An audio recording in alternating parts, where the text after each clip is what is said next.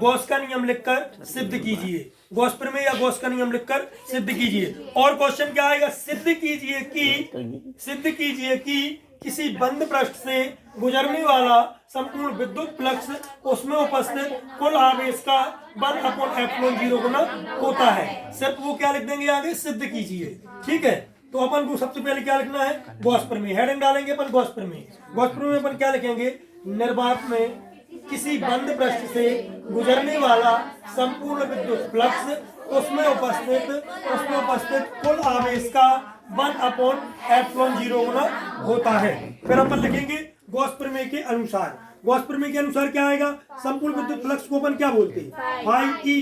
क्या बोलते हैं, फाई ई। तो phi E is equal to क्या आएगा, Q इंटू 1/ε0 गुना। ठीक है, देखो किसी बंद पृष्ठ से गुजरने वाला संपूर्ण विद्युत फ्लक्स उसमें उपस्थित कुल आवेश का 1/ε0 गुना होता है। कौन होता है, संपूर्ण विद्युत फ्लक्स। तो इसके लिए अपन क्या करेंगे, अपन को पूरे पृष्ठ से गुजरने वाला संपूर्ण विद्युत फ्लक्स निकालना है।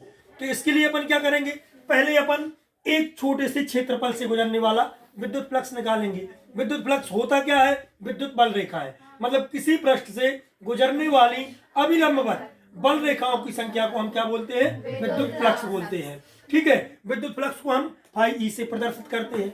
आई बात समझ में। तो यहाँ पे किसी पृष्ठ से गुजरने वाला, मतलब संपूर्ण पृष्ठ से, निर्वात में संपूर्ण पृष्ठ से गुजरने वाला विद्युत फ्लक्स उसमें उपस्थित कुल आवेश का 1/ε0 गुना होता है। आई बात समझ में। तो इसके लिए अपन पूरे पृष्ठ से गुजरने वाले संपूर्ण विद्युत फ्लक्स को निकालने के लिए अपन पहले छोटे से टुकड़े से निकलने वाला विद्युत फ्लक्स निकालेंगे। फिर उसका क्या कर देंगे, हम समाकलन कर देंगे, तो पूरे पृष्ठ का निकल आएगा। आई बात समझ में।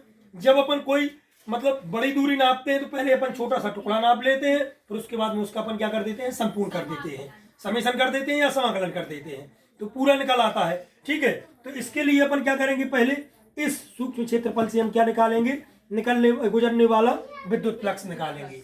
आई बात समझ में। फिर इसका हम क्या कर देंगे, इससे जो गुजरने वाला विद्युत फ्लक्स निकलेगा उसका हम क्या कर देंगे, समाकलन कर देंगे। ठीक है, तो पूरे पृष्ठ से गुजरने वाला संपूर्ण विद्युत फ्लक्स निकल आएगा। तो इसके लिए सबसे पहले अपन ने क्या किया, चित्र बनाया। चित्र में अपन ने बीच में यहाँ पे क्या रखा, एक बिंदु ओ लिया। बिंदु ओ पर हमने क्या रखा, प्लस क्यू आवेश रखा। बिंदु ओ से आर दूरी पर कोई बिंदु हमने क्या लिया, पी लिया, जहां पर हमें विद्युत क्षेत्र की तीव्रता निकालनी है। तो बिंदु पी पर विद्युत क्षेत्र की तीव्रता क्या आएगी, विद्युत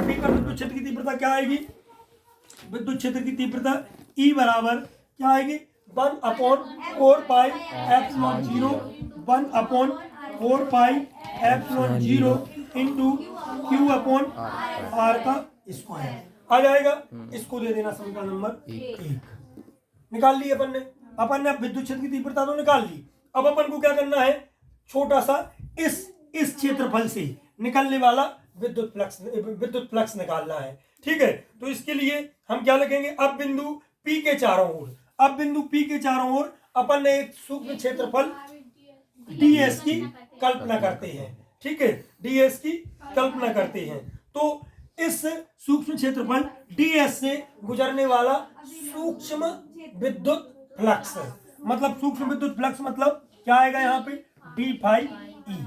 हमने d लगा दिया, मतलब इससे गुजरने वाला विद्युत फ्लक्स, मतलब सूक्ष्म क्षेत्रफल से गुजरने वाला सूक्ष्म विद्युत फ्लक्स लिख लिया। और विद्युत फ्लक्स का सूत्र क्या होता है, E into ds into cos theta. तो इसका सूत्र अपन पहले पढ़ चुके हैं विद्युत फ्लक्स का, क्या होता है, E into ds into cos theta. ठीक है, कॉस थीटा क्यों आया, क्योंकि यहाँ पे एंगल बन रहा है। ठीक है, नहीं तो उसका फॉर्मूला क्या होता है, E इंटू ds होता है कि नहीं होता है, काय का, विद्युत फ्लक्स का। तो विद्युत फ्लक्स का सूत्र हमें पता है, E into ds into cos theta होता है कि नहीं होता। अब इसको समीकरण नंबर दूसरा दे दो, इसको दे दो समीकरण नंबर 2, दे दिया। अब इसके बाद में अपन ने क्या किया था, समीकरण 1 में E का मान रखने पर समीकरण 1 से हम E का यहाँ पे मान रख देंगे। चाहिए क्या है अपन को, विद्युत फ्लक्स चाहिए, तो विद्युत फ्लक्स को नहीं छोड़ना है आपको, तो यहाँ पे विद्युत फ्लक्स में आपको इसका मान रखना पड़ेगा। ठीक है, तो यहाँ पे क्या आएगा, d इंटू फाई ई अपना सेम रहेगा, बराबर सेम रहेगा, ई के स्थान पे ई का मान 1 upon 4 pi epsilon 0 into Q upon R square into क्या है ds इंटू कॉस थीटा अपना सेम रहेगा। आई बात समझ में। अब अपन ने इस r को हम यहाँ पे कर देंगे और इस q को हम यहाँ पे कर देंगे। ठीक है, तो अपना एक फॉर्मूला और होता है, क्या होता है, ds into cos theta upon r बराबर क्या होता है, क्या होता है dw मतलब घन कोण। ये काय का मान बन जाएगा, घन कोण का मान बन जाएगा। घन कोण अपन ने पढ़ा है। ठीक है, अब इसके बाद में अपन क्या आएंगे यहाँ पे dy e is equal to q upon 4 pi epsilon 0 into यहाँ पे क्या आएगा ds into cos theta upon में क्या आ जाएगा आर स्क्वायर, क्योंकि इसका मान हमें पता है कि dw होता, d ओमेगा होता। ठीक है, घन कोण होता है इसका मान, सीधी बात है। तो इसका मान हम अब यहाँ पे हम लिखेंगे, चूंकि हम जानते हैं ds into cos theta upon R square is equal to dw। तो यहाँ पे क्या आएगा dy e is equal to q upon 4 pi epsilon 0 into D omega dw। ये आ जाएगा घन कोण आ गया।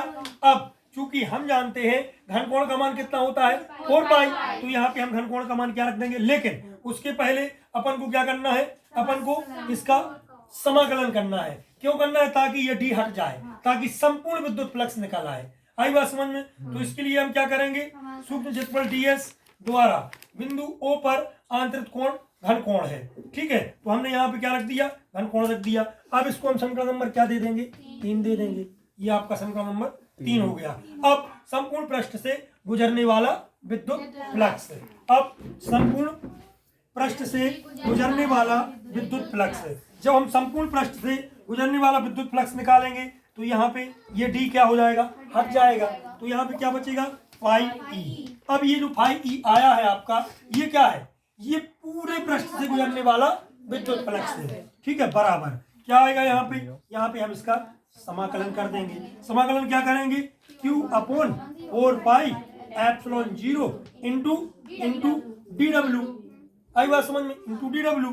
तो यहाँ पे हम क्या करेंगे, ये आपका क्या है समाकलन है, तो ये कांस्टेंट राशि कहाँ आ जाएगी, बाहर आ जाएगी। तो यहाँ पे क्या आएगा phi E is equal to q upon 4 pi epsilon 0 into circular समाकलन, और यहाँ पे क्या आएगा dw। और इसका मान क्या होता है 4 पाई, घन कोण का मान क्या होता है 4 पाई। तो इसका मान हम क्या रख देंगे 4 पाई रख देंगे। तो यहाँ पे क्या आएगा phi E is equal to q upon 4 pi epsilon 0 into इसका मान हमने क्या रख दिया 4 पाई। 4 पाई से 4 पाई को हमने कैंसिल कर दिया, तो क्या आ गया यहाँ पे इक्वल टू q अपॉन क्या बचा एप्सिलॉन 0। इसको आप चाहो तो ऐसा लिख दो, phi E is equal to 1/q गुणित 1 अपॉन एप्सिलॉन 0। तो ये अपन ने सिद्ध कर लिया, किसी पृष्ठ से गुजरने वाला संपूर्ण विद्युत फ्लक्स उसमें उपस्थित कुल आवेश का 1 अपॉन एप्सिलॉन 0 होता है। ये अपना आंसर बन जाएगा सभी से।